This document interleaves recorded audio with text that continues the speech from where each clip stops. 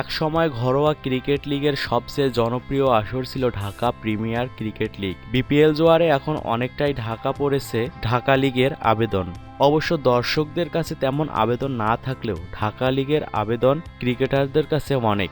চলতি মৌসুমে ঢাকা লিগ শুরু হবে 7 এপ্রিল। শুক্রবার হয়ে গেল তার খেলোয়াড় নিলাম। আগের কয়েক আসরে প্লেয়ার বাই চয়েসের ভিত্তিতে নিলাম হলেও এবার হয়েছে উন্মুক্ত পদ্ধতিতে, তাই ক্রিকেটাররা দামও পেয়েছেন এবার বেশি। বড় চমক দেখিয়েছেন সদ্য টেস্ট দল থেকে বাদ পড়া মাহমুদুল্লাহ রিয়াদ। জানা গেছে 60 লাখ টাকায় তিনি নাম লেখান আবাহনীতে। এবারে ক্রিকেট লিগে তিনিই সবচাইতে দামি তারকা।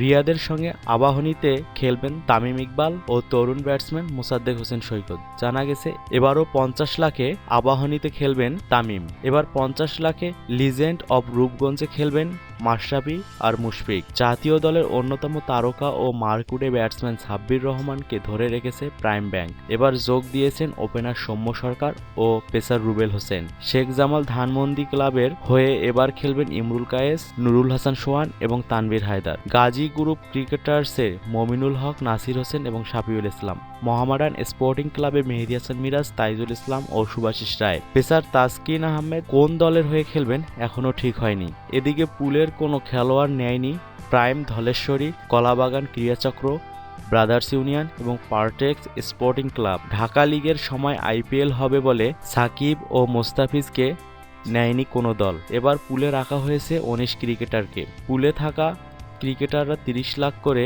পারিশ্রমিক পাবেন বলে জানা গেছে। এক ক্লাবে সর্বোচ্চ 3 জন পুলের খেলোয়াড় খেলতে পারবে এক ম্যাচে। এবার প্রতি ম্যাচে বিদেশি খেলোয়াড় খেলতে পারবে মাত্র 1 জন। তবে সুপার লিগে 2 জন করে বিদেশি খেলোয়াড় খেলানোর চিন্তা করা হচ্ছে বলে জানা গেছে।